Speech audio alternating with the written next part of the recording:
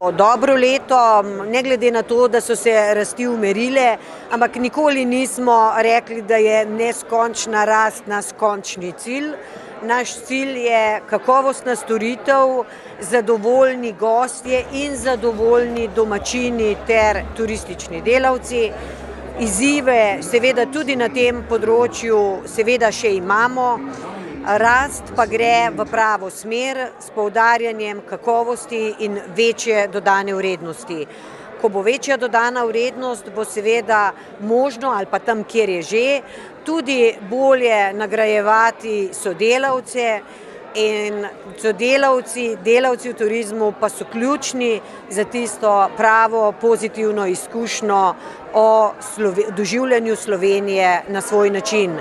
Vedno poudarjamo, da je narava eden od ključnih elementov, zakaj gostje prihajajo v Slovenijo, ampak ob naravi niti ne moremo reči, kaj je prej, kdo je prvi na tem mestu, pa smo seveda gostitelji, domačini, ki goste sprejemamo. Ko rečem domačini, gostitelji, mislim seveda tudi ljudi, zaposlene v gostinstvu in turizmu, ampak res zelo v širini pogledano, kdo to vse so.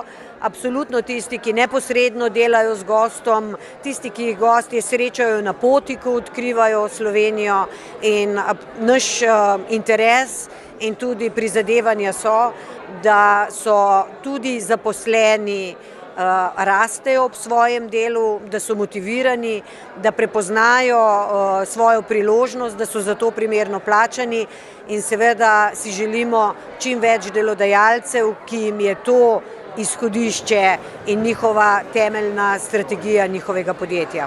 Smo povezani na terenu, da smo povezani s tistimi, ki soustvarjajo slovenski turizem in da tudi lokalni prebivalci v veliki večini vedo, kako pomemben je stik z ljudmi, zato je pomembno, da je ta stik dober in pozitiven.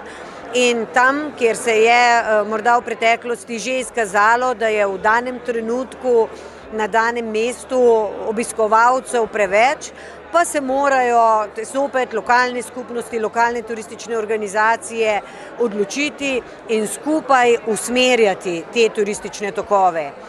Dejstvo pa je, da vedno pol ure stran, pol ure peš, niti ni treba, da se usedemo v avto od tam, kjer menimo, da je gostov v danem trenutku preveč, je sigurno kakšen lep kraj, kjer bodo gosta zelo veseli in kjer bo tudi gost dobil tisto izkušnjo, zaradi katere se bo tudi še vrnil v Slovenijo.